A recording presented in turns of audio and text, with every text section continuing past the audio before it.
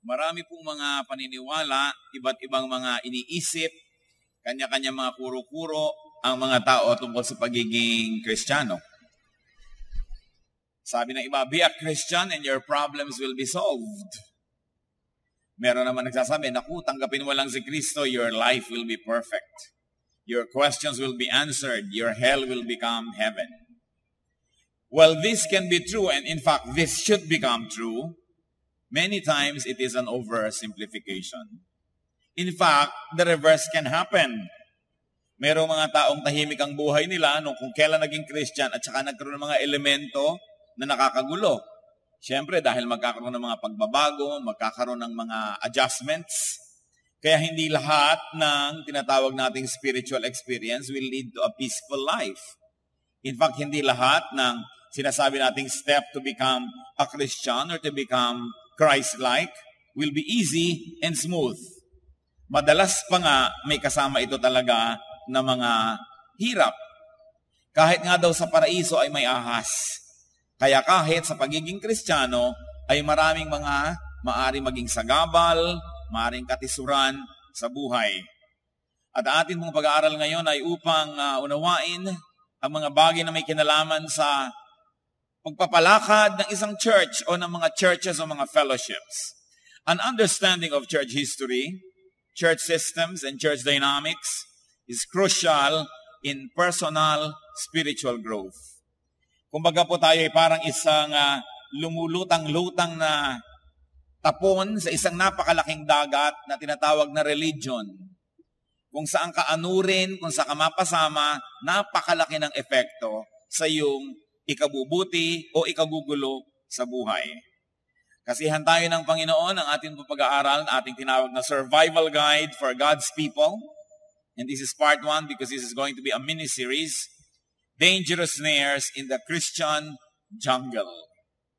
Ito po ang mga mapapanganib na mga patibong na matatagpuan sa tinatawag na Christian Jungle. Heavenly Father, we pray that you may be our wisdom, our guide, our light, our teacher, our Savior. Lead us unto wisdom so we may know you more. Ituro mo sa amin, Panginoon, ang mga dapat pag-ingatan sa aming buhay espiritual. Buksan niyo po ang aming mata, lalong-lalo sa mga kapatid na bagong-bagong nakakakilala sa inyo. Nawa ay madala ng iyong espiritu sa mga pinakatumpak, mga tamang mga kakalagyan, at nang sa ganon, kumonti ang sagabal sa aming paglagong espiritual, at kami naman lumalim sa pananalig sa inyo, at tumaas ang antas ng aming espiritualidad. Linisin niyo po kami, Ama. Punuin niyo po kami ng iyong karunungan, at sa sandaling ito, hinihiling namin, magsalita po kayong may kapangyarihan, palayain kami mula sa kamangmangan, dalhin kami sa liwanag mula sa dilim, at nawa, Panginoon, ang pagpapala mo sumagana sa amin. Iadya mo kami sa mga masasamang tao at masasamang espiritu.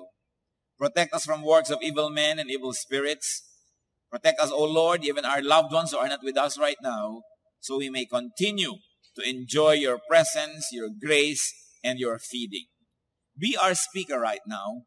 We reject the work of falsehood, and we open our hearts to your truth. Lead us. Give us a sensitive spirit to recognize right from wrong. In the name of Jesus our Lord, we pray to you, our Father in heaven.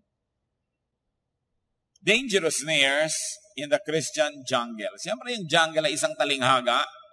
Sasabihin natin na hindi naman kung pumasok ka sa isang church o sa isang fellowship ay lahat ay naging kulay rosas at lahat ay naging bulaklak. In fact, you must take the thorns as well as the roses. Sa Ecclesiastes 7:18, sinabi po ni Solomon, a man who fears God will avoid all extremes. Ang taong may takot sa Diyos ay iiwas sa lahat ng mga bagay na sobra. Yung mga sagad at sukdol ay hindi nakabubuti kanino man. At yan po ang pag-aaralan natin sa sandaling ito, a dangerous snare in the Christian jungle, which is extremism. Yung pagiging sobra, pagiging sagad sa anumang bagay, sa anumang attitude, sa anumang paraan.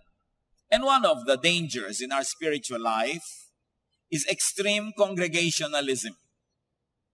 Ano po ba ang congregation? Yan ang mga pangkat-pangkat ng mga mananampalataya ayon sa kanilang distinctive. Yung katuruan nila na unique sa kanila, katuruan nila na nagpapaiba sa kanila sa ibang mga Kristiyano. O kaya yan ay pagkakapangkat-pangkat ayon sa mga hilig. Yung mga mahilig sa mga ganitong mahahabang mga dasal, merong mahilig sa maiksi, merong mahilig sa mga masasayang mga pag-awit, meron namang mahilig sa mga napakaseryoso at mga tahimik at mapayapang uri ng pag-awit. Merong mga hilig ay magkakanta maghapon, meron namang hilig ay mag-aral, kanya-kanya. Yan po ay pagkakapangkat-pangkat ayon din sa mga turo at estilo ng pagsamba. In other words, ito po ang nag-iiba-iba sa mga Kristiyano. Itong congregationalism. It can also be based on who founded the group. Sinong nag-umpisa? Maaring inumpisahan lang 10, 15 years ago, o 100 years ago, o 200 years ago, o 2,000 years ago. Ganon din yun. Nag-umpisa rin yun sa kung saan at sa isang definite place. And this is what can be dangerous in our spiritual growth. Extreme congregationalism. Yung sobrang loyalty sa congregation lang niya and then warfare with other congregations na Kristiyano din naman. Yung sobrang mataas sa pagtingin sa sarili nilang kongregasyon at mababang pananaw sa iba. Maski noon pong panahon ng mga disciples, ay nagkakaroon na ng mga pagkakapangkat-pangkat. Sa Acts 11, 2-3, when Peter went up to Jerusalem, the circumcised believers criticized him and said, "You went into the house of uncircumcised men and ate with them." Ang isa po sa mga nahumati, sa mga nananampalataya sa Panginoong Jesus, ang kauna-unahan ay yung issue ng tradisyon ng Israel. May mga pangkat na inisip, para ka maging Kristiyano, dapat maging Hudyo ka muna, at bilang Hudyo, lalo ang mga lalaki, you have to be circumcised. At mga babae man at lalaki, dapat mag-observe ka ng dietary laws of Israel. Huwag kang kakain ng talangka, hindi ka kakain ng hito, hindi ka kakain ng baboy, hindi ka kakain ng bopis, dinuguan, lalo nga't walang puto. Hindi ka kakain ng ganito, ng ganyan. So sa kanila, ang pagiging Kristiyano ay pagtutuloy lang ng pagiging Hudyo na mayroong bagong karagdagan yung mga elemento na itinuro ni Jesus. Meron naman ang mga naging mga Kristiyano na hindi sila Hudyo dati. Sila ay mga Gentiles. Sila ay mga tagalabas ng Israel. Naniwala sila sa mga turo, lalong-lalo ni Paul, at sumampalataya sila sa Panginoong Jesus. Ngayon, ang tatanda na ng mga lalaki, 20 anyos, 30, 40 anyos, gusto pa ngayon ng mga Hudyong Kristiyano ay sila ay mag-circumcise. Sabi, kailangan dumaan ka sa pagiging Hudyo para ka maging Kristiyano. Doon pa lang nagkaroon na ng congregational na pangkat. Pangkat na mga tuli at mga hindi tuli. At yan ay napakalaking gulo. Kaya itong si Pedro, naki-fellowship siya with this group. At nung umuwi siya sa Jerusalem, kung takot-takot na tuligsa ang inabot niya doon sa kanyang mga kasamaan, bakit niya nakipag-fellowship sa mga uncircumcised believers? Nakilahok ka pa sa kanilang pagkain, hindi ka dapat nakikidulog sa hapagkainan dahil hindi sila circumcised. Kaya siguro dahil malayo na ang pananaw natin, nakikita natin yung kababawan ng pagtatalong ito. Pero sa kanila nung araw ay hindi mababaw yun. To die for ang issue na yon. Because when you are close to the elephant, you don't see the elephant. Kailangan lumayo ka para malaman mong ay elephant. And when you're too emotionally close to an issue, when you are so proximate, you never have the advantage of distance to see the whole picture. So nung pa lang, may pangkat-pangkat na. Sila versus tayo. Circumcised versus uncircumcised. Sino ang magsasabi na mga anak ng Diyos ay mahahati sa issue lamang ng kaprasong hiniwa o hindi hiniwang balat? Pero yan ay napakalaking division noon. 1 Corinthians 1, 12-13. What I mean is this. One of you says, I follow Paul. Another, I follow Apollos. Another, I follow Cephas. Still another, I follow Christ. Is Christ divided? Yun naman tanong ni Paul. Ito naman, pagkakapangkat-pangkat ayon sa leader. Follower kami ni ganon, follower kami ni ganyan, tapos bangayan ng bangayan, awayan ng mga member. Does God lead or does God belong to a particular congregation? Noon po bang nilikha ng Diyos ang langit at lupa? Genesis 1, sinabi ba niya kung saan kongregasyon siya kasali? O pwede bang isali ang Diyos sa kongregasyon ng tao? Mabababa ang ranggo niya at malalagay siya sa ilalim ng isang kongregasyon? Pero hindi. May mga kongregasyon na kine-claim, miyembro nila ang Diyos. At pagka hindi ka kasali doon, puwera ka sa kongregasyon ng Diyos. So we should consider these things. There were, there are, and there will be variant groups. Iba't iba ang bahagi ng katawan ni Kristo, tulad ng iba't iba ang bahagi ng katawan ng tao. Pero ang pagkakaiba-ibang ito, hindi ibig sabihin na hindi ka nakasali sa katawan na yon, dahil may kani-kanyang functions. Understanding, tolerance, and acceptance of other Christian congregations are needed for our continuing growth and edification. Kuminsan nga, pasalamat tayo dahil mabuti na lang at may church na mahilig mag-praise and worship maghapon. Kasi halimbawa, ang church natin ay hindi naman at ilang oras lang. Sa halip na tuligsain natin sila, pasalamat tayo at may gumagawa noon at hindi naman natin nagagawa. May mga churches na mahilig magdasal ng walang katapusan. Sa halip na sabihin mong wala nang ginawang mabuti ang mga yan, kundi magdasal na lang, wala silang practical work. Pasalamat ka kung ikaw ay hindi ganun pala dasal. Katulad niyan, kung may mga churches tulad natin na gumagamit ng kultura ng ating bayan, musika at sayo ng ating bayan sa pagsamba, dapat ipasalamat nung iba na gumagamit ng foreign music, foreign dance, dahil buti na lang at may nagmamalasakit sa ating bansa at sa ating sariling kultura. Pero hindi, sisiraan pa yan, tatawaging demonic, syncretic, at sari-saring mga paratang.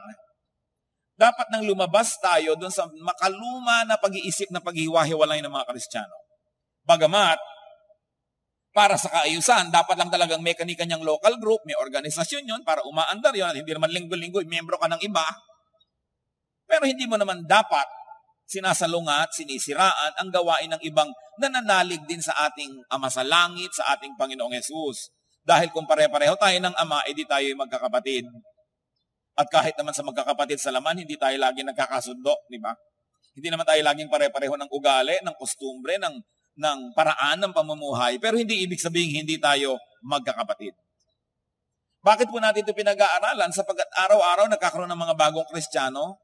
Pag-iingatan natin kung tayo yung bago, kung saan tayo dadapo at sasali, mag-observe ka muna, huwag kang sali ng sali agad.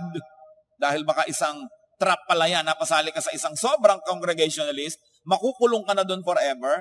Nung ka lang naging Kristiyano, hindi ka pa nakakita ng ibang pananaw, binulag ka na ng binulag nitong kongregasyon na ito na tayo lang ang tama, mali yung iba. So committed ang iyong utak dahil wala ka namang ibang exposure. At ang mga dati ng mga Kristiyano, hindi naman natin dapat bubulagin yung mga bago na tayo lang ang tama, mali yung iba, huwag ka sasali dyan, demonic yan, evil yan. Kailangan ang tao ay mag-aral, mag-isip, magpaikot-ikot, magpaligid-ligid, at saka siya magpasya kung saan ba niya gustong sumali talaga.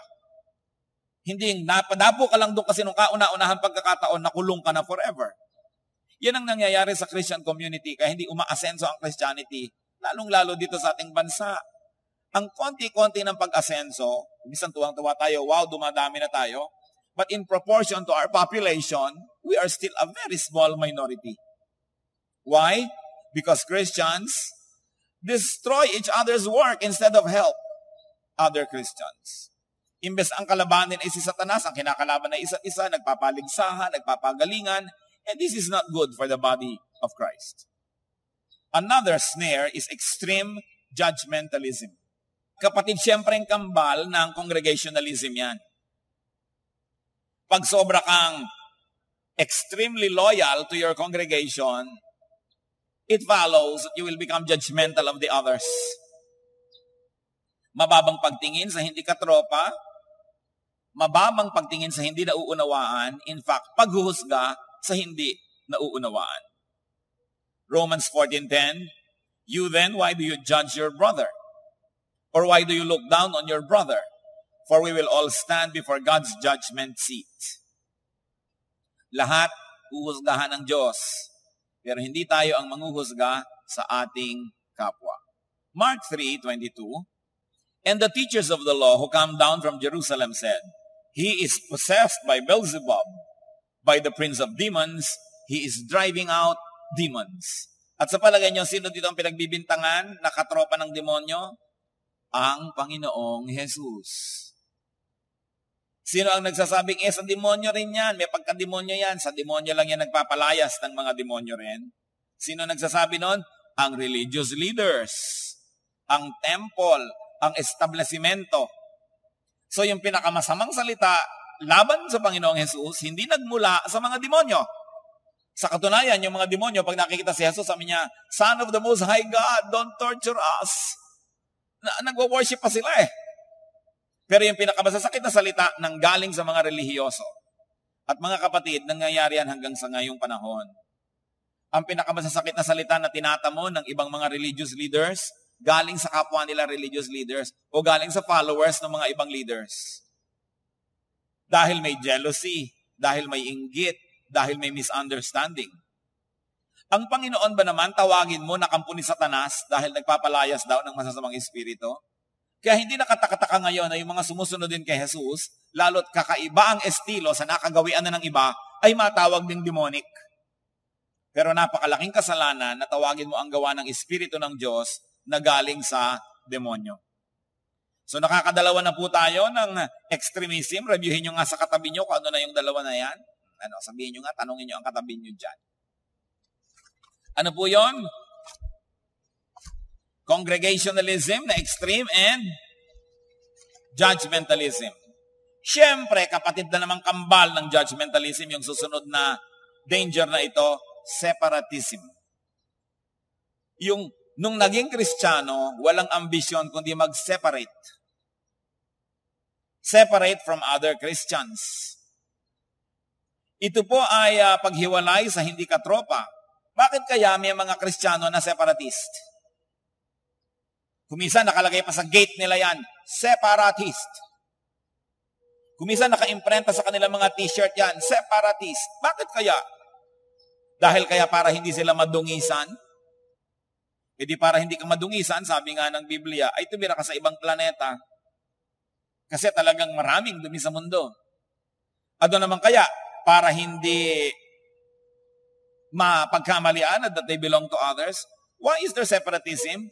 Kung hindi para din madungisan, para may mapagkakilanlan, para maging unique, o para magkaroon ng unique attraction in the competitive religious market, para meron kang distinct quality, separatist ka, ima-market mo yon, o kaya para merong pader at masolo nila ang sekta.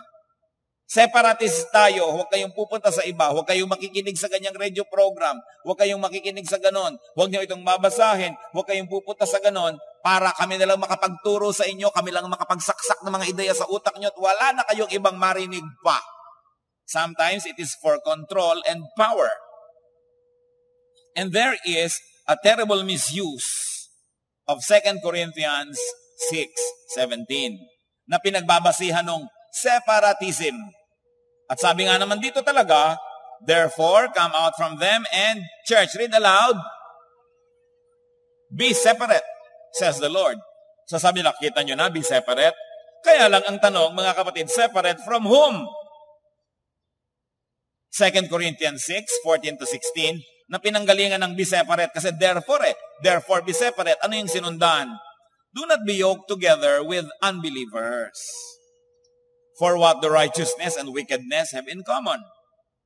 Or what fellowship can light have with darkness? What harmony is there between Christ and Belial? What does a believer have in common with an unbeliever? What agreement is there between the temple of God and idols? So pinahihiwalay ang mga anak ng Diyos sa mga lumalabag sa kalooban ng Diyos, dito sa mga tinatawag na mga wicked, unrighteous, sa mga sumusunod sa mga di tunay na Diyos. Hindi pinahihiwalay ang mga Kristiyano sa kapwa Kristiyano na taga-ibang kongregasyon lamang. Pinahihiwalay sa mga lumalapastangan sa Diyos. Kaya misuse ng 2 Corinthians 6:17 yung extreme separatism. Ano po ang nangyayari? Nandidivide tuloy ang body of Christ. Dati, nung hindi pa siya born again, friendly siya with everybody. Tapos nung biglang nasilo ng ganitong kongregasyon, naging judgmental, naging separatist. Nakabuti o hindi? Another danger. in our spiritual environment is overly simplistic branding. As you can see, magkakasunod ang mga ideya na to, magkakamag-anak. What is branding? Calling groups, people, and individuals with derogatory names. Usually, ang mga sobrang separatist, congregationalist, at yung mga sobrang mga naniniwala sa kanila lang grupo, sobrang magbigay ng bansag at mga brand sa ibang mga Kristiyano o ibang kongregasyon. Usually, it is a play with words. Paglalaroan yung salita na nakakapagpababa ng paningin doon sa pinagwiwikaan ng ganitong salita. At ang pinaka-obvious na dito mga branding, yung satanic, demonic. As you can remember, we have just read a while ago that even Jesus was called demonic. No? O kaya yung tatawagin kang cult, kulto. Kulto yan. Sa kanila, pagka hindi nila kasama, kulto na agad.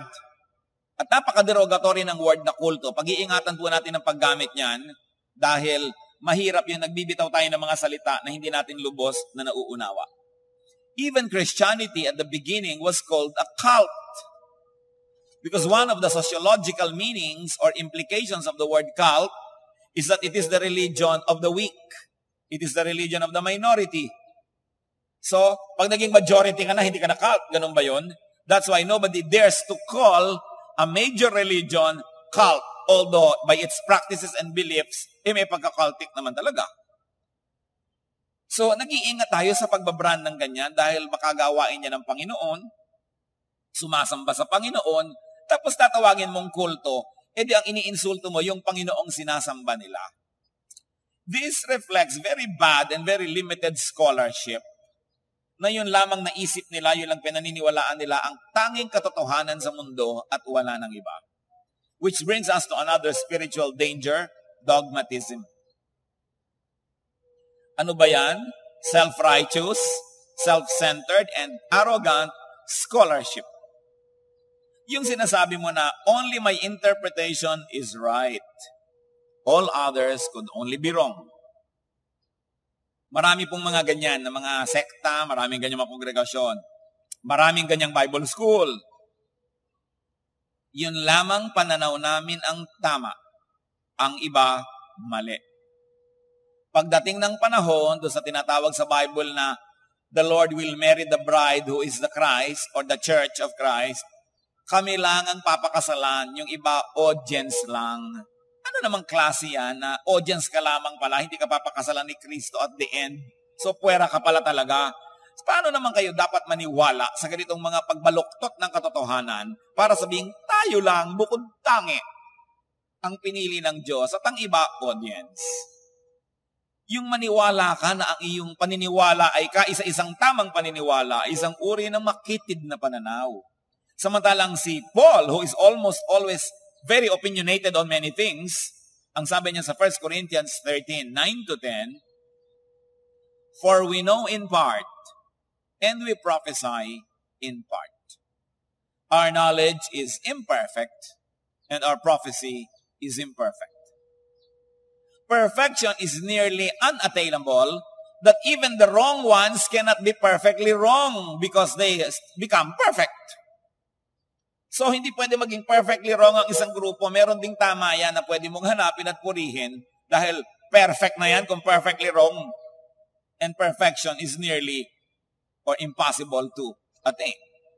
Dogmatism promotes self-righteousness, judgmentalism, separation, self-centeredness and arrogance, unkindness, and terribly, dogmatism promotes spiritual violence against other believers.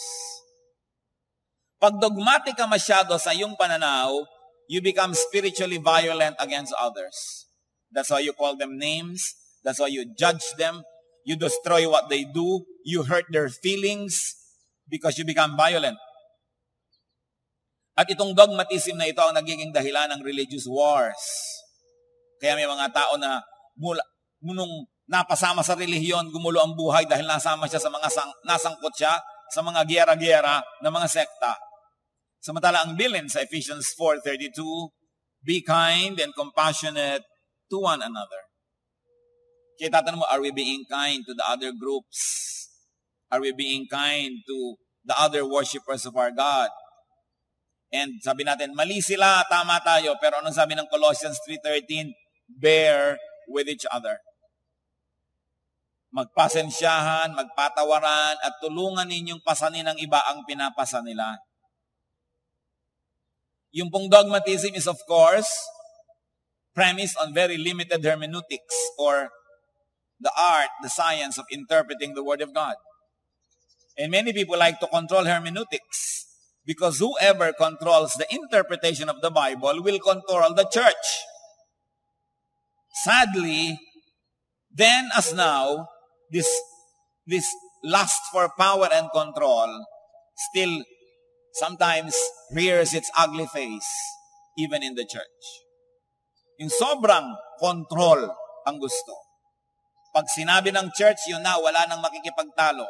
Kaya alam ninyo, sa nakaraang 2,000 taon ng Christian history, napakarami mga tao ang pinatay dahil mali daw ang interpretation nila.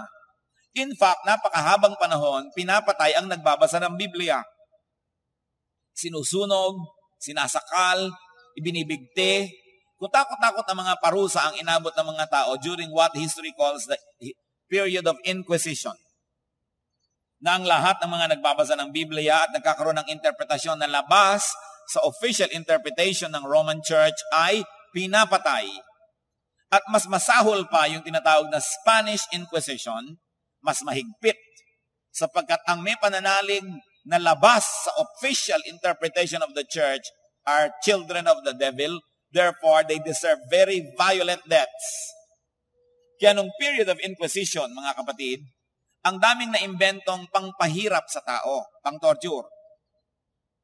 Merong mga kahon na parang ataol, na may mga matutulis dito sa pinakalalagyan at doon din sa takip. Ilalagay doon ang nagbabasa ng Biblia at isasara, tusok ang mga nandoon sa loob. Meron namang mga bangin na lalagyan na ng mga matutulis na sibat doon sa ibaba at itinutulak doon, nahuhulog ang mga nagbabasa ng Biblia na hindi sumasang-ayon sa interpretation ng simbahan. May mga sinusunog. Alam niyo that one of the martyrs of the faith, si John Huss, na martyr. Si Martin Luther was martyred. Ang mga tao na nagbabasa at may interpretasyon ng labas sa official interpretation ng Roman Church, pinapatay. Akala nyo ba Roman Church lang ang guilty doon? Ngayon, kahit sa mga evangelical churches na tinatawag, mga Protestant churches, pag nagkaroon ka ng interpretation na labas sa official paniniwala ng kongregasyon o sektang ito, papatayin ka rin. Although sometimes, hindi naman physical. Yung bang tawagin kang demonic at kulto, hindi ka ba pinatay no? Na nagtatayo ka ng isang kapatiran, gumagawa kayo ng magagawa nyo para umunlad ang inyong pananalig at maunawaan nyo ang Diyos, ibabrand ka na satanic at kulto, it's as good as killing you. Like, raping a woman is as good as killing her. Kaya heinous crime yan. Kasi buhay lang ang kanyang katawan, pero napatay mo yung espiritu niya kung sobra siyang naigupo at tinabla nun. Kaya nangyayari yan mga kapatid. Akala natin yung mga ibang religion lang, even among the so-called born-again Christians, even among the so-called Protestant groups or evangelicals, ay meron ganitong uri ng espiritu na mamayani. Na pag ang interpretation namin ay iba sa inyo, kami ang tama, kayo ang mali, demonic kayo. Ganon. Kaya panahon na, kaya natin pinag-uusapan ito. Para ibukas ang ating mata, kung hindi man natin lubos na sang-ayunan, ay tanggapin man lang natin o at least wag nating patayin yung mga taong sumasamba din sa ating amang Diyos dahil kapatid natin sila. And if you do not know the facts, you do not know the details, suspend judgment. Do not judge. Huwag nating unahan ng Diyos. So isa pa po na danger sa religious life ng mga mananampalataya is destructiveness of other groups and other persons' work. Panahon pa ng Panginoong Jesus, ganyan na. Mark 9:38-40. Teacher, said John, he was talking to Jesus, we saw a man driving out demons in your name, and we told him to stop. Because, church, read aloud, 1, 2, 3, he was not one of us. Sabi, teacher, meron pong nagpapalayas ng mga demonyo doon. Yung mga dating possess, hindi na possess. Yung mga dating tumutulo-tulo ang mga ano dito, hindi na. Tumino, pinapalayas niya po yung demonyo. Pinigil po namin. Kasi, hindi natin kakongregasyon. He is not one of us. Anong sagot ni Lord? Read, church. Yun. Do not stop him. Jesus said, no one who does a miracle in my name can in the next moment say anything bad about me.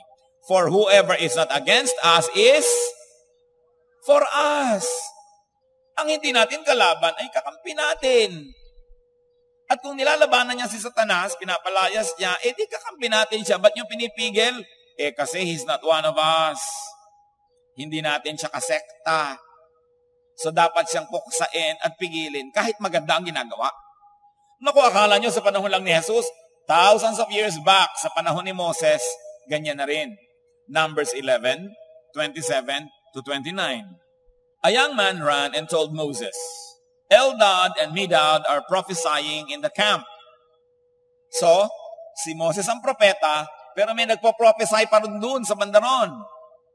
Joshua, son of Nun, who had been Moses' aide since youth, spoke up and said, Moses, my Lord, stop them.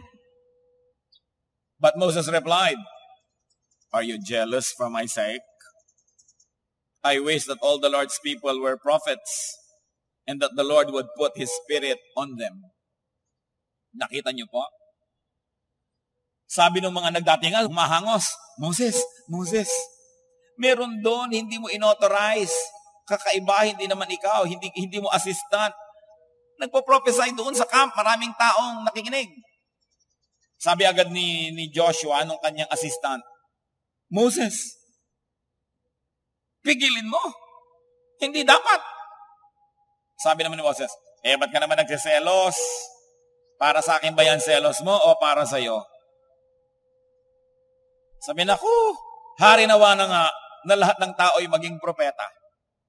Diba? At ilagay ng Diyos ang Espiritu niya sa lahat. Sabi siguro ni Moses, di mapapahinga ako. Bakit ko naman iibigin na ako lang ang propeta? Ako na lang tuloy lahat na nagtatrabaho umaga hanggang gabi. Lahat ng gulo na itambak na sa akin. Lahat ng maliit at malaking bagay dinadala sa akin ng tao. Kung lahat propeta, di tahimik ang buhay. Pero bakit ayaw nila Joshua at ng mga tauhan? Hindi nila katropa yun Kaagaw nila ngayon sa karangalan, kaagaw nila sa ministry, at kaagaw nila sa affection ng mga tao. Ngayon, yung mga separatists, mga kapatid, balikan natin. Pag may nabalitaan niyang nagba-Bible study doon sa isang gilid, sasabihin, hindi natin inauthorize. Walang authority. Hindi dapat mag-Bible study yan. Nagwa-worship sa banda doon. Hindi yan natin kasama. Wala yan sa ating history. Hindi natin inauthorize. Pigilin. Kulto. Ganon-ganon nung panahon ni Jesus at panahon ni Moses. At si Jesus at si Moses parehong sinabi, huwag niyong pigilin.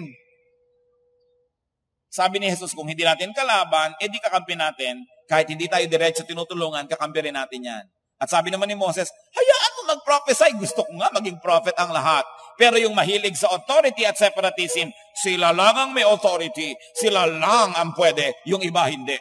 Kabaligtaran ng binabasa natin sa Biblia. So hindi mahirap isipin kung tama o mali ang ganyang pananaw. Ang gagawin nila pagka mayroong mga ibang gumagawa ng outside of them, sisiraan ng puri, kokontrahin, aagawan ng mga followers. Kaya napakainam na hindi tayo yung gusto-gusto natin na sa atin lahat ng tao. Pati si John the Baptist at ang Panginoong Jesus, dumating ang panahon ang kanilang mga followers nagko-compete. At sabi ni John sa kanyang mga followers, follow him. Sundin niyo si Jesus. Alam niyo, nauna si John, siya nga ang nagbaptize kay Jesus. Pero dumating ang panahon, sabi ni John, sumunod kayo sa kanya. He must increase and I must decrease. Because this is part of one and the same work of God. Hindi tayo dapat magkukompetensya. kung saan inililipat at dinadala ng Panginoon ang anointing, ang empowerment, o next chapter na ng ministry, lipatan doon. Hindi kailangang sobra kang loyal sa tao, sobra kang loyal sa kongregasyon, na kahit wala nang nangyayari at napapanganis ka na, nabubulok ka na at hindi ka na nag-grow, loyal na loyal ka pa rin. Ang loyalty natin dapat nasa Espiritu ng Diyos, at kung saan tayo inaakay para tayo lumago, doon tayo pupunta. Sabi ni John, Jesus must increase, I must decrease. At kung ganyan po ang ating pananaw, kung nasa iba naman yung growth, lipatan doon. O di sige, at least, nagkasama-sama tayo kahit minsan. Dahil kung meron ng ibang makakapag-feed doon, kung mag-grow, sige, punta. Ang mahalaga, ang tao nag-grow. Hindi ikukulong mo. Meron po mga ganun eh. Minsan yung magulang, pwede namang mag-aral yung anak sa bandaron, malayo-layo. Dito ka na lang anak, kasi gusto ko kasama kita. So nakulong na ngayon si anak. No? So, dapat iniisip natin yon kahit sa spiritual life. Isa kang spiritual leader, may mga spiritual anak ka. Kung tapos na yung chapter ng growth nila sa'yo at iba naman makakapag-feed sa kanila, you've got to let them go so they'll grow. Dahil meron namang ibang lilipat siguro sa'yo dahil ibang grade 3 ka. Ang growth sa'yo na naibibigay mo sa tao, siyempre yung mga antagal-tagal ng grade 2 doon, pwede namang mapunta naman sa'yo dahil ang specialty mo grade 3. Pero yung mga grade 3 mong tapos na, palipatin mo na para mag-grade 4. Kasi habang nandyan sila, wala namang ibang magkakasya. Pero hindi, habang buhay tayo magkakasama. Diba? Kasi dinala ko kayo sa Panginoon. Oo nga, pero sabi nga sa Bible, well, somebody planted the seed, somebody waters it. But all along, it is God who makes it grow. Kanya-kanya po, maging ang mga leaders at teachers ng ministry sa tao. Dumarating ang panahon siguro na na-outgrow mo na yung ministration ng isang teacher na ito, tulad ng alangan namang 7 taon ka ng grade 2. Siyempre, lilipat ka rin. Liban na lang na yung teacher mo nung grade 2, magtuturo next year ng pang grade 3, o magkakasama pa rin kayo kasi sabay kayo nag-grow, sabay kayo. Pero kung naiiwan mo na siya, iba kasi ang specialty niya at iba ang tawag sa kanya ng Panginoon, siyempre, it hurts to say goodbye, but goodbye. Alam nga namang, lumiit na lang ako ng lumiit. Parang yung mga paa ng mga maharlikang mga China nung araw, sinasapatusan nila ng bakal para hindi lumaki ang paa. So ngayon, dahil may bakal na gano'n, hindi lumalaki yung paa mo. Sa spiritual growth, kung minsan, mga kapatid, yung kongregasyon mo, ang bakal na yan, hindi ka mag-grow dahil nakulong ka na dyan. Ngayon, kung yung kongregasyon mo, palaki din ang palaki ang isip niya, ang pananaw niya, sabay kayo, then you stay. But it is your obligation to yourself to find where you will grow. Your loyalty is to God, to the Spirit of God, not only to a human organization. And there are Christians who do nothing but criticize, damage, destroy, and stop what other believers work on. Especially kung lumalago. Subukan po ninyo na church kayo at di kayo lumalago, wala namang kayong kaaway eh. Subukan yung lumago. Subukan yung may nangyayari, may sigla, mayroong mga nadadagdag na mga pinapakain itong hapagkainan na ito. Pagka hindi nag-umpisa ng dumating ang mga batikos, ang mga reklamo, ang mga name-calling ng ibang mga kongregasyon. Inggit lang yon, walang iba. Dapat mong ipagbunyi kung may church na nag-grow eh. Kasi buti na lang, hindi napunta kay Satanas, hindi napunta sa iba. But there's a lot of jealousy in the churches. It is a sad fact, but nevertheless, must be processed, even by the new believer. Dahil pag hindi niya alam yan, wala siyang kamalay-malay, nasangkot na pala siya sa mga giyera na inimbento ng mga tao nung araw pa, napasama siya ngayon. Another danger is disproportionism. Making wars, going to wars for little things. For things that do not have great bearing on spirituality, on godliness, on holiness. Sabi ng iba, majoring in minors. May mga congregation po na makikipagpatayan dahil lang sa element of the Lord's Supper, kung ano ang mga timpla nun. Sa element ng tinapay. May makikipagyera patane tungkol sa lalim at dami ng tubig na gagamitin sa bautismo. Merong mga churches na ipapadala ka sa impyerno dahil sa haba ng iyong buhok o ng laylayan ng iyong baro. And there are congregations that will make a big deal out of the attire and clothes that people wear. Even sa mga terminologies, huwag mo sasabihin namang potluck. Masama yung luck. So tawagin natin pot bless. Yung hanggang ganon, gagirahin ka pa sa mga ganyang mga terminology Ang nangyayari tuloy, yung mga di pa nakakaunawa ng ganito mga bagay, wala pa sa Panginoon, nata-turn off dahil ano ba yan? Ang lahat na lang ng bagay may controversy. Parang hindi na ba tayo matatahimik hanggang sa mga ganyan? Kaya ang sabi sa John 7:24 ni Jesus, stop judging by mere appearances and make a right judgment. Huwag ka manghuhusga sa mga itsura lang. Pastor, bakit niyo po pinapayagan? Meron kayong lalaking member, mahabang buhok. Kapatid, hindi po ako police. I only preach what the Bible preaches, pero hindi ko gugupitan ng buhok ang mga mahahaba dyan. May mga lalaki pong may hikaw. Nasaan po ba? Nasa ilong? Nasaan ba? What people do with the word of God that is preached to them is their business. Ang Diyos nga hindi bumababa sa langit para kapakialaman, pero napakaraming kongregasyon. Hanggang kung ilan suso ng mga kamison mo, papakialaman na. Kinontrol na ang iyong buong buhay. Pastor, meron po kayong mga awit na kikiapid. Bakit nyo nalaman? Diba? Ibig nyo sabihin, hahalongkatin ko lahat ng buhay ng mga awit bago ko payagang umakyat sa entablado. The holiness of a person is between herself and God. At kung yung pag-awit niya ang makakapagpaalala sa kanya sa Diyos, at kung yung pag-awit na lang niya ang tanging pinangingimian niya para tuloy-tuloy siya magwala sa buhay, mas gugustuhin ko pang patuloy siyang umaawit kaysa tanggalin ko para masyahan ang mga chismosang member na alam lahat ang iskandalo nung umaawit. Kasi kung minsan sasabihin natin, aalisin ko pa yan, di nawala na ng connection sa church. Aalisin mo pa sa ministry dahil may pagkukulang, di nawala na siya ng feeding. Kung minsan nga yung ministry na ng dahilan kaya hindi siya todo-todo bumibigay sa gusto niyang kasalanan aalisin mo pa. At kung aalisin nyo ang lahat ng may kasalanan sa ministry, walang matitira. Wala. Mawawala ako dito. Di ba? At kayo siguradong kakainin kayo ng lupa. Mawawala kayo dyan. Di ba? Sino ba dito ang walang kulang, walang kasalanan? Kaya nga dapat tinitingnan natin, the church is a hospital. We are all here because we are all sick.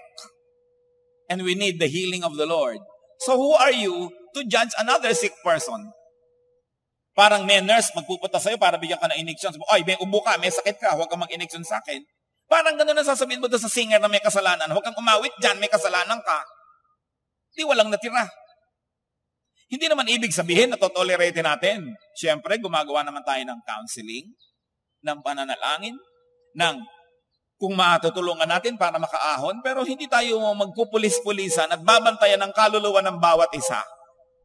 Ang mahalaga na ginagawa ng pulpito, ng pastor, ng church, ituro ang salita ng Diyos sa pinakamaganda, epektibo at mahusay na paraan at hayaan ang Espiritu ng Diyos at Espiritu ng nakinig na mag-usap tungkol doon. Hindi yung kukontrolin mo ang buhay ng tao. Ganyan ang Middle Ages. Ganyan sa mga napakaraming mga sobrang authoritative religious systems na hindi mo malaman kung nakabuti sa'yo o hindi na napasama ka doon. Dahil ginawa ka ng ari-arian ng church. So anong sabi? Sa Matthew 23:24, you blind guides, you strain out a gnat, but swallow a camel. Sabi, sobra kayo mga bulag. Yung pagkaliit-liit na niknik, ang liit-liit na insekto, hindi nyo malunok, pero yung buong kamelyo, nalulunok nyo, pati yung nakasakay. Ibig sabihin, ang maliliit na mga bagay na kasalanan, hindi nyo mapalampas, pero yung malalaki, like hypocrisy, lust, judgmentalism, self-righteousness, hindi nyo napapansin, nilulunok nyo lagi. Mag-isip-isip kayo, ha?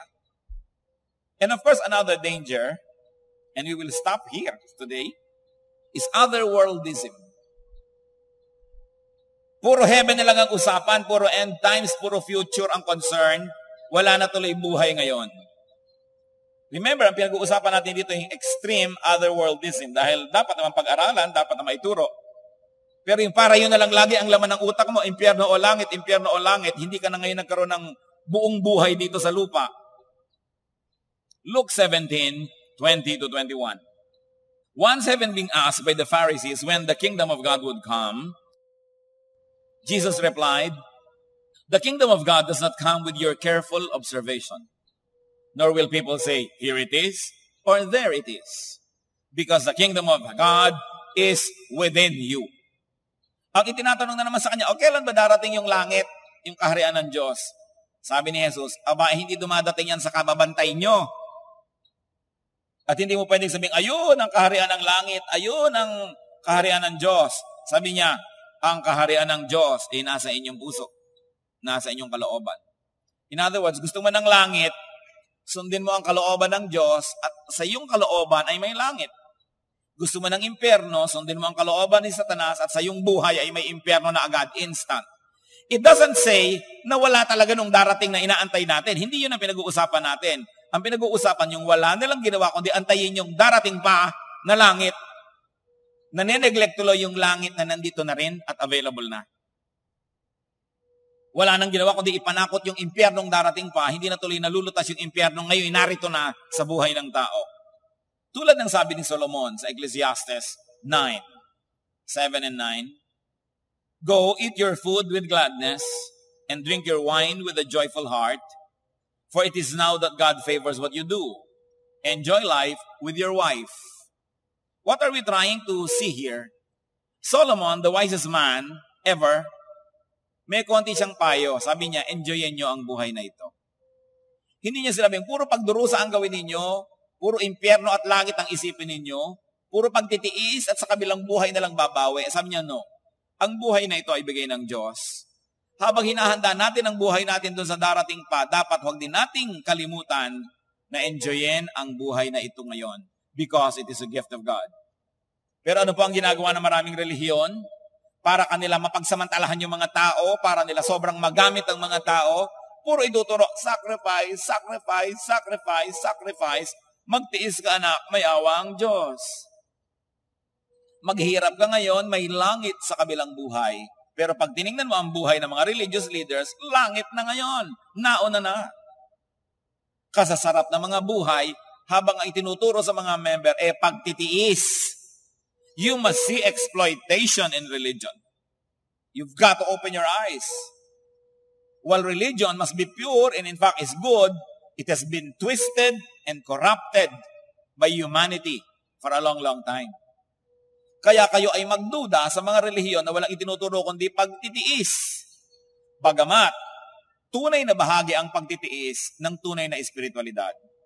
Ang tunay na anak ng Diyos ay talagang may titiisin, may tatanggihan, pero hindi naman pagtitiisan ng lahat at tatanggihan ng lahat dahil ang inaabangan na lang yung langit na darating. May langit doon at may langit dito, and in both sides, God is God. And it is God who is kind, and it is God's will that we have best of both worlds. Only exploitative religion will make it one way. Hirap dito, gantimpala sa kabila. Kaya nakita nyo ang kasaysayan, huwag tayong lumayo. Sa sarili na lang nating lipunan, bayan, balikan ninyo ang kasaysayan, daan-daang taon. Ang pagtitiis at paghihirap ng ating mga ninuno dahil sa relihiyon. Para sa relihiyon. Ang tanong, nasa langit kaya sila ngayon? O nadaya? Mahirap. Pagkala, bulagkat sunod-sunuran na lang. Ang ating Diyos ay Diyos na mabuti at mabait. Hindi niya tayo gusto magdusa nang wala naman dahilan. Dapat ipagdusa ang pagtanggi sa kasalanan, paghiwalay kay kumare, nakakadusa rin niya, nalulungkot ka, namimiss mo siya. Ganun mga pagdurusa, okay. Pero yung sobrang pagpipigil sa sarili, hindi ka na halos kakain, ibibigay mo na lang lahat sa relihiyon, wala ka ng oras sa pamilya, ibinigay mo na lahat sa relihiyon. Yan ang mga pag-exploit sa tao. Dapat may balanse. May balance.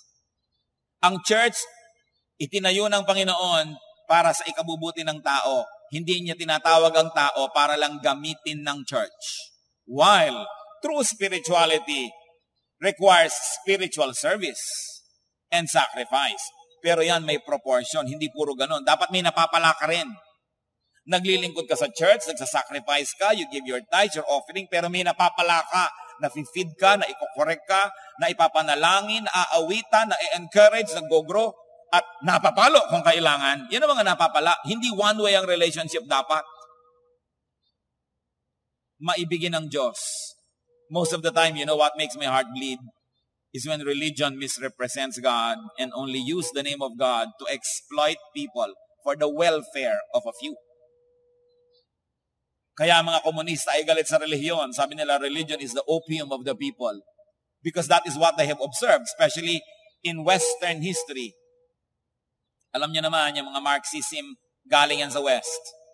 and their observation of the church for thousands of years was that the church and religion were only becoming like drugs to people, so they will be deadened to their sufferings and they will just hope for something which is beyond the here and now. Kaya ayaw nila ng relihiyon. Pero ang malungkot, hindi nila siguro nakita yung tunay na face ng God, ang nakita lang nila yung corruption of religion in the hands of men. Kaya kailangan ituwid yan. Life is God's gift to be lived, to be enjoyed, to be celebrated, here and now. Mabuti na may inaasahan tayong heaven na darating, pero huwag kayong malugi doon sa heaven na available na ngayon. Huwag tayong mabulag na puro forward-looking, we fail to live for today. Do not let your fixation on the future heaven rob you of your life today. Let today's own concerns be sufficient for today. Yan ang sinabi ng Panginoong Yesus. So, kung meron pong nakikinig ng mga new Christians, bagong-bago tayo sa Panginoon, kulay rosas ang paligid, honeymoon period with the Spirit of God, beware and be careful about religious groups. Because you might get attached sa isa sa mga binigkas natin at diniscuss na uri ng mga sekta. And mga dati na mga Kristiyano, do not act like blind and number-fixated recruiters. Akala ng iba yung evangelism recruitment. Mga kapatid, marami tayong empty chairs, mag-soul winning para madala ang mga tao dito. Ganun ba yun? O sabihin natin, dali ng mga tao so they can be fed, so they can be taken care of, so that they can also serve in the body of Christ. Hindi para lang mapuno, para pampadami. Nakita na natin, na kadalasan ng mga mananampalataya ng anumang relihiyon, ginagamit lang ng politika. Kung minsan ang mga religious leaders ay nililigawan ng mga politika dahil yung mga religious leaders, oras na naligawan, ngalay natin kung ano mga regalo, tatawagin ng kongregasyon nila, dadalhin kung saan-saan para merong tagapalakpak ang mga politiko. Hindi nyo ba nakikita ang masama at maling paggamit sa relihiyon? Ang mga tao na ang hinahanap ay Diyos, nagiging mga mistulang mga pawn in a cruel political chess games played by the generals. Kaya ganun na lang ang panunuyo at panliligaw ng mga politiko sa mga religious leaders. Para ang mga nananalig doon sa kanila ay madala at maging boto, maging cheering squad. This is a grave prostitution of religion. The misuse of God's people, no, for selfish ends of a few. And this must not be allowed to happen. So isipin po natin ang ating kalagayan.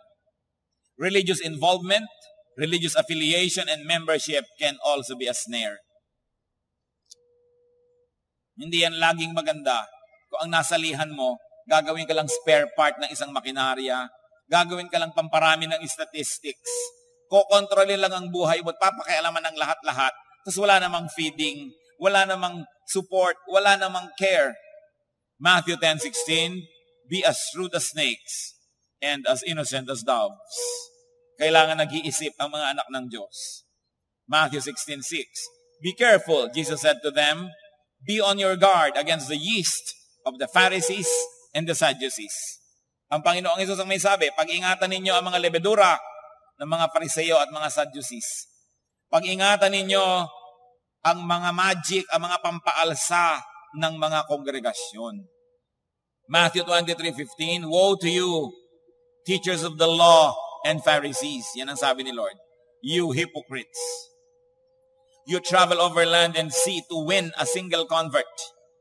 And when he becomes one, you make him twice as much a son of hell as you are. Sabi, pambihira kayo, sumpain kayo. Kutakot-takot ang hirap na dinaranas nyo, tumatawid kayo ng mga bundok, mga dagat para lang magkaroon ng isang convert. At pag na-convert nyo, ginagawa nyo lang doble ang kasamaan. Twice as much a son of hell as you are. Dating hindi judgmental, naging judgmental. Dating hindi separatist, naging separatist. Dating hindi self-righteous, naging self-righteous. Mabuti pang di nyo na lang nadapuan dahil na doble pa ang kasamaan. Yun ang sinasabi ng Panginoon. Sinong pinapagalitan? Religious leaders. Many of God's people are not shepherded well. Many of God's people are not even shepherded at all. Kaya sa Mark 6:34, ang kinalungkot ng Panginoong Jesus, when Jesus landed and saw a large crowd, He had compassion on them because they were like sheep without a shepherd. Isipin niyo mga kapatid, may mga templo, may mga synagogues, pero kahit sa ang ilang na lugar, mga liblib na pook, pupunta ang Panginoon, nung ang kanyang bangka ay dumaong, nagulat na lang siya, ang daming tao sa pangpang, hinihintay na maturuan, at nalungkot ang Panginoon dahil sabi niya, parang mga tupang walang pastol ang mga taong ito. Paano nawala ng pastol? May templo, may mga sinagog. Hindi na kasi natutugunan ng relihiyon ng kanilang mga pangangailangan. Kaya kahit na lang habulin nila ang Lord doon sa desert, habulin doon sa gilid ng dagat, nagpupuntahan sila. Ngayon, nangyayari din yan. Ang mga tao, may mga churches, nagtandaan na sa mga churches na yun. Ano kung saan-saan pa dumadayo, nagsa-sideline, para may makain na espiritual. At pag nabalitaan ng mga leader nila doon, masama yan, pupunta ka sa kulto. Masama yan, masama yan. Samantalang hindi naman na-feed.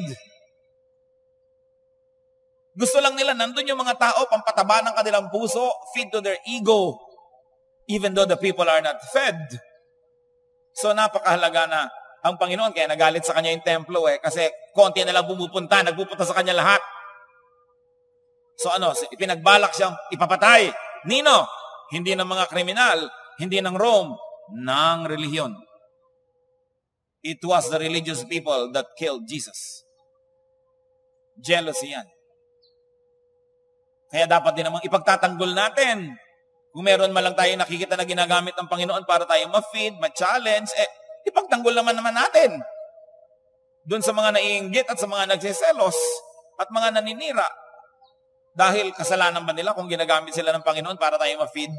Buti nga nandiyan sila. Pero tatawagin siyempre ang kulto, demonic, etc. God is love, and godly love must be seen and felt in how the fellowship deals with the people. How the church deals with the people inside and outside. It is time to move the church of the Lord Jesus to a higher spiritual level. Above congregationalism, judgmentalism, separatism and branding, dogmatism and destructiveness, disproportionism, and even extreme otherworldism. It is time to move on to spiritual maturity. Hebrews 6:1, therefore let us leave the elementary teachings about Christ and go on to maturity. New Christians are not to be twisted and destroyed by self-righteous teachings and doctrines. Kaya kung kayo po dati ng Christian, i-protect nyo yung mga bago. Baka kung saan mapasuot, tapos mamanahin nila lahat yung mga ugali nung kanilang nadatnan, wala silang kamalay-malay. Akala nila yun lang ang the only real thing because doon lang sila na-expose.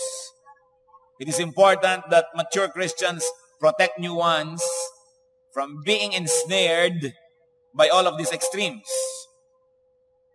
Sabi ng Panginoon sa Matthew 18:6, but if anyone causes one of these little ones who believe in me to sin, it would be better for him to have a large millstone hung around his neck and to be drowned in the depths of the sea. Sabi itong mga mumunting ito, itong mga batang ito, bata sa pananalig, wala pang masyadong alam kung merong mag-influensya dito para gawin itong mga masasamang bagay, mabuti pa na magdigti na lang siya. Talian niya ng mabigat na bato ang kanyang leeg at tumalon siya sa dagat. At bakit po lalagyan ng mabigat na bato nang di na siya makalutang pang muli para makapanira na naman. At yan ay mga salita ng Panginoon. So, new Christian, be careful. I pray that you see the relevance of this discussion. Because there are many competing voices. There are many competing religious groups. Not only for the soul, but also for the pocket of the believer. Kaya dapat maingat. Dapat nakikita nyo may pinupuntahan ang inyong mga itinutulong at ibinibigay. Dapat nakikita natin may nangyayari, may asenso. Binabantayan ng ganyang mga bagay. And old Christians, so-called old, protect yourselves and the new ones. And let us correct the damages, wittingly or unwittingly, knowingly or unknowingly, were inflicted by our predecessors on the image of the Church of Jesus. Kaya yung mga iba ayaw. Ayoko sumali dyan, magulo yan. Pag napasangkot ka dyan, magulo yan. Dapat hindi ganon. Dapat sabihin nila, gusto kong masangkot sa church ni Lord dahil payapa, tahimik, banal, kaibig-ibig. Well, there will always be a few thorns that go with the rose. It always follows. It doesn't have to be so many thorns naman. Hindi naman bagay yun. Aming Diyos, kami po ay humihiling ng karunungan mula sa inyo. Bigyan niyo po kami ng malawak na pananaw, malaking puso, malambot na kalooban, masunuring espiritu. Bigyan mo kami, Panginoon, ng matang dilat at gising. Makita namin kung kami nagiging bahagi ng isang malawakang kamalian. Kung kami ay tumutulong pa na panatilihin ang mga maling mga pamamaraan ng pananalig. Ituro mo sa amin, Panginoon, not to be judgmental, but to love and to be agents of peace, to be instruments of righteousness. Bigyan mo kami ng karunungan kung paano makikisalamuha sa mga kapatid na merong ganitong attitudes. Turuan mo rin kami kung ang mga attitude na ito ay nasa amin at nang makita namin kami maituwid ng iyong Espiritu, O Diyos. Payamanin mo ang presensya ng iyong Espiritu sa aming lahat at lahat kami makita ang aming mga kamalian. Especially yung mga kamalian na we commit, O Lord, against other Christians. Pati kami as individuals, pati kami as a congregation, suriin mo. Kung kami, Panginoon, ay nagiging unkind, unfair to other congregations, ituro niyo po sa amin, sapagkat kung kami anak mo, lahat kami magkakapatid.